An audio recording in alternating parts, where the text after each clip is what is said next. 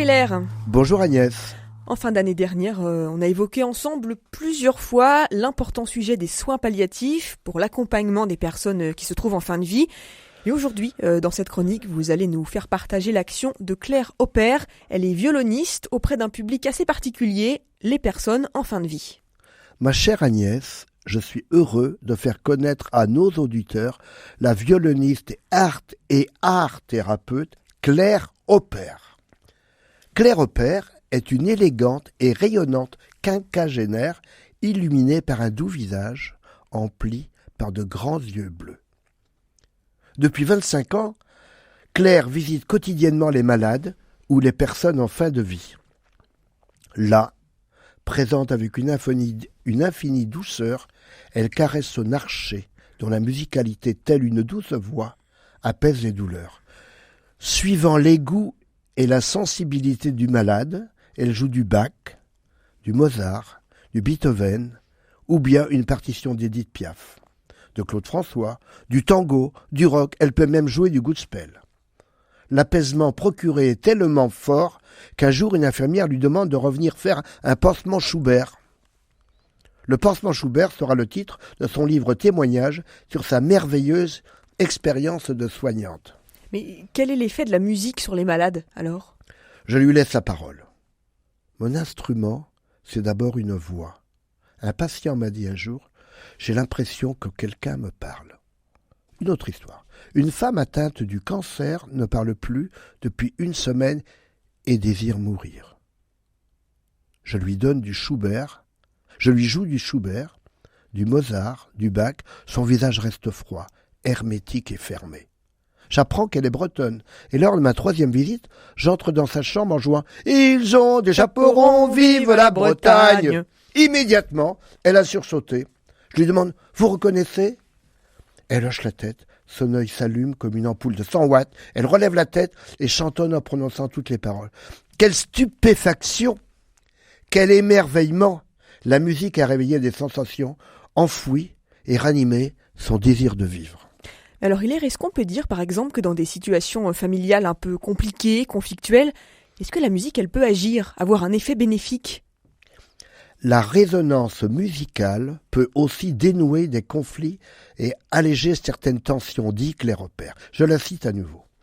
Je pense à cette famille ravagée par les disputes. Quand la musique de Bach a résonné dans la chambre au milieu des cris, c'est comme si elle apportait une réponse à ceux qui n'en avaient pas. Comme si Bach avait pris chaque membre de la famille par la main et lui avait fait entrevoir ce qui était plus grand que leur colère. Ça veut dire que l'adage, le proverbe, la musique adoucit les mœurs, c'est bien vrai alors. Est-ce qu'on peut mesurer médicalement l'efficacité de ce pansement Schubert dont vous parlez ? Si on utilise les paramètres cliniques, telle l'échelle de la douleur très connue allant de 1 à 10, les patients précisent que la musique atténue de 10 à 50% la douleur éprouvée. Ces mesures légitiment la posture de soignante de l'art thérapeute qu'est Claire Opère. La musique est éphémère, néanmoins, elle laisse des traces sur les patients. La musique ancre dans le présent, tout en restaurant des vibrations du passé. Alors justement, Claire Opère, qu'est-ce qu'elle dit, elle, de la musique ? Elle dit que la musique est animée par quelque chose qui me dépasse et que je ne nomme pas. En ne le nommant pas, je le laisse advenir encore plus. Et il y a une circulation, un souffle qui rejoint la personne malade dans la partie intacte de son être. Agnès, je vous partage la façon dont elle fait le lien entre la vie et la musique. Écoutez bien ce qu'elle dit. La vie n'est qu'un acte musical entre le premier et le dernier souffle. Il n'y a que des harmonies, des tensions, des résonances. Alors, dit Claire, j'essaie de montrer que la vie circule d'un bout à l'autre, que du souffle. Alors qu'est-ce qu'elle conclut de sa longue expérience en soins palliatifs ? Alors quel est le bilan qu'elle peut tirer de toutes ces années ? Claire Opère répond en ce qui concerne la fin de vie. Alors je la cite. « J'ai une certitude au moment où je me penche sur quelqu'un qui va partir.